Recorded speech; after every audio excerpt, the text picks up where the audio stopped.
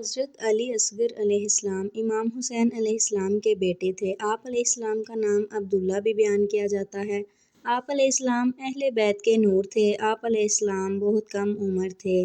آپ علیہ السلام شیرخوار بچے تھے۔ کربلا میں آپ علیہ السلام بھی موجود تھے۔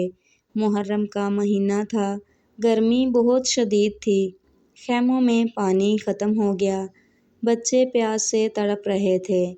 اہل بیت پر سخت وقت تھا۔ امام حسین علیہ السلام صبر کر رہے تھے۔ علی اصغر علیہ السلام بھی پیاسے تھے۔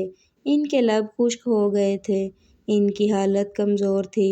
ماں رباب رضی اللہ تعالیٰ عنہ پریشان تھی۔ خیموں میں آہ و بکا تھی۔ امام حسین علیہ السلام نے بچے کو گود میں لیا۔ آپ علیہ السلام میدان کی طرف گئے، لوگوں سے خطاب کیا۔ آپ علیہ السلام نے بچے کو دکھایا، فرمایا یہ معصوم ہے، اس کا کیا قصور ہے؟ اگر مجھ پر رحم نہیں کرتے تو اس بچے پر رحم کرو، اسے پانی دے دو۔ بچہ شدت پیاس میں تھا، اس کے ہونٹ خشک تھے، وہ پانی کا طلبگار تھا۔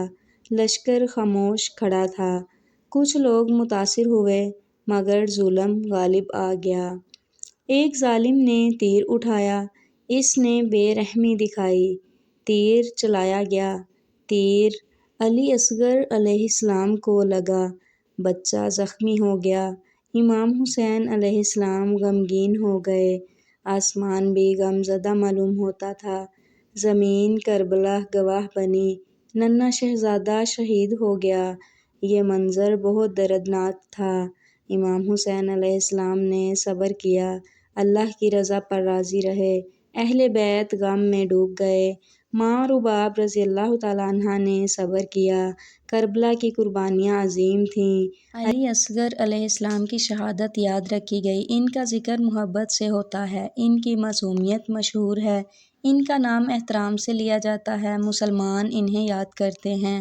محرم میں ان کا تذکرہ ہوتا ہے۔ ان کی قربانی صبر کا درس دیتی ہے۔ ان کی یاد دلوں میں زندہ ہے۔ وہ اہل بیت کے چشم و چراغ تھے۔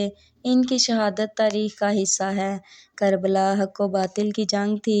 اہل بیت نے عظیم قربانیاں دیں۔ علی اصغر علیہ السلام ان قربانیوں میں شامل تھے۔ ان کی یاد ایمان کو تازہ کرتی ہے۔ ان کا ذکر محبت بڑھاتا ہے۔ اللہ ان پر اپنی رحمت نازل فرمائے۔ سلام ہو علی اصغر علیہ السلام پر، سلام ہو اہل بیت پر، سلام ہو شہدائے کربلا پر۔ اللہ ہمیں ان کے نقش قدم پر چلنے کی توفیق دے۔